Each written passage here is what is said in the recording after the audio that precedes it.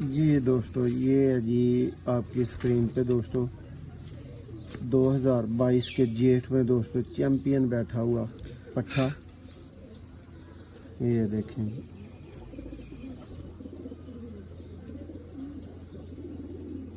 दोस्तों को शौक कैसा लगा ज़रूर बताइएगा। एक एक चीज़ दोस्तों आपको इसकी दिखाऊंगा, शौक करवाऊंगा, नस्ल बताएंगे भाइयों को कि जी उस्ताद मियाँ फैसल साहब आपको दोस्तों शौक करवा रहे हैं। और ये उनका ही दोस्तों पट्ठा है जेठ 2022 में दोस्तों। बहुत लाजवाब परफॉर्मेंस और परवाज़ें देने के बाद अब ये ब्रीडिंग में है।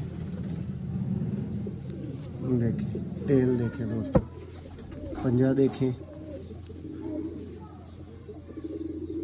देखें बहुत ही दोस्तों आउट क्लास कबूतर। मियाँ साहब नस्ल इसकी ये मोहसिन भाई